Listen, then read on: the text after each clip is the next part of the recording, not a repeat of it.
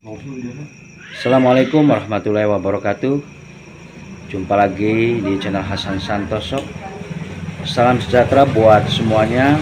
Semoga kita semua diberikan kesehatan, rezeki yang melimpah serta berkah.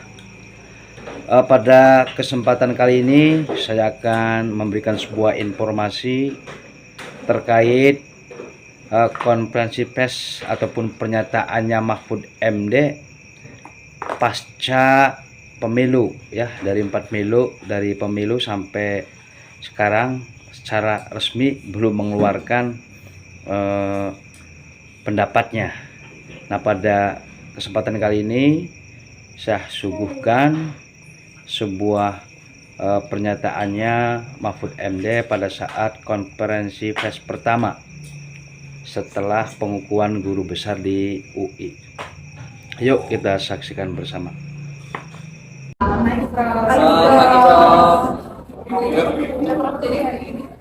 Hari ini saya hadir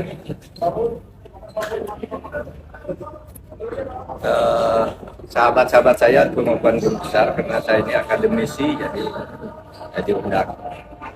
Tapi izinkan saya sekarang bicara 3 hal terkait pemilu. 4 hari terakhir saya istirahat sehingga banyak sekali wartawan kontak bagaimana saya dan mau apa. Saudara, ini saya mau apa? Apapun hasil dari Pilpres ini, saya akan terus berjuang untuk demokrasi dan keadilan. Jalan perjuangan untuk demokrasi dan keadilan bukan hanya pemilu. Pemilu hanya salah satu ekspresi demokrasi.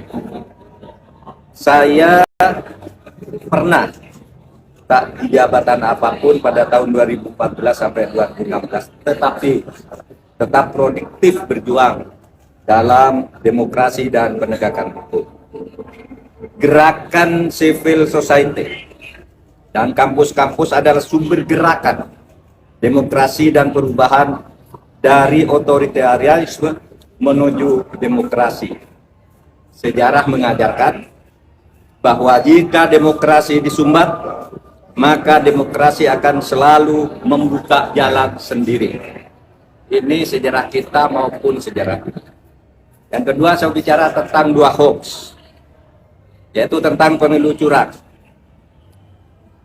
Saya memang pernah mengatakan bahwa setiap pemilu pihak yang kalah selalu menuduh yang menang itu curang. Saya katakan itu pada beberapa kesempatan, yaitu saat KPU periode Hasyim Asyari dibentuk. Datang ke tempat saya diberitahu bahwa awas, nanti ada gugatan bahwa pemilu ini curang.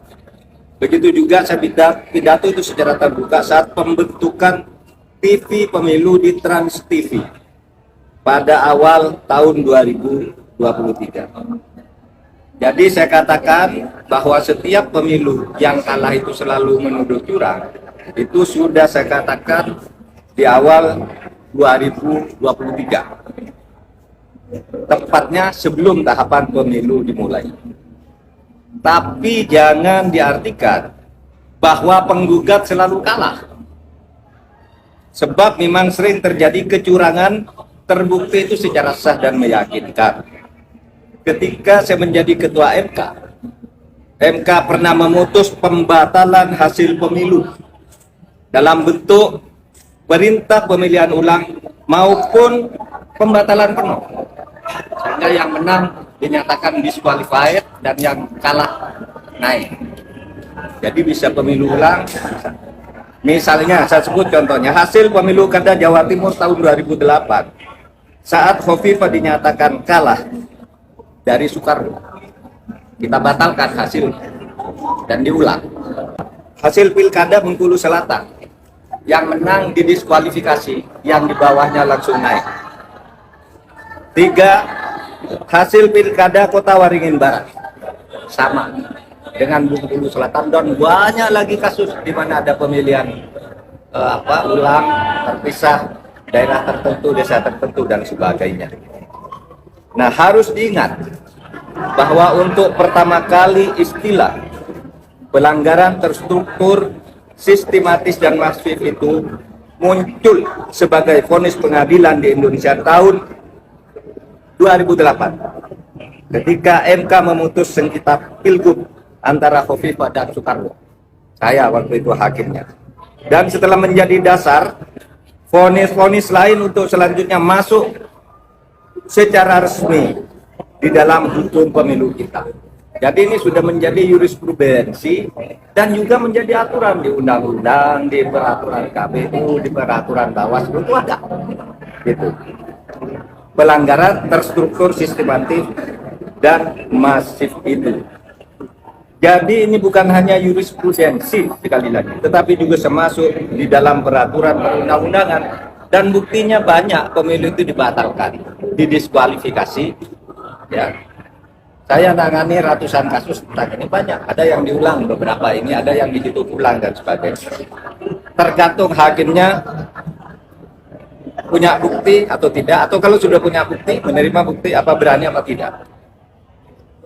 Berikutnya hoax lagi tentang hubungan saya dan Ganjar.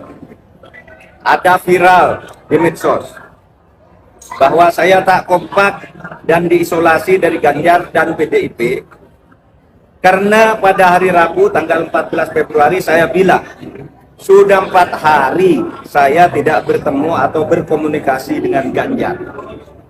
Padahal waktu itu ketika ditanya oleh wartawan Rabu pagi itu, kapan Pak terakhir ketemu Pak Ganjar? Saya bilang sudah 4 hari saya tidak berkomunikasi, tidak kontak. Kenapa? Karena sejak kampanye terakhir tanggal 10 Februari di Solo dan di Semarang, saya langsung umroh. Jadi ya tidak berkomunikasi dong, bukan karena berpisah, karena tidak kompak dan sebagainya. Dan tanggal 13 baru pulang dan langsung ke Jogja. Kapan ketemunya? Untuk mencoblos. Jadi 4 hari tak ketemu itu karena umroh. Sebelum dan sesudah umroh sampai sekarang saya selalu berkomunikasi, bertemu maupun teleponan dengan Mas Ganjar. Itu yang terjadi. Itu saja dari saya, tidak ada pertanyaan.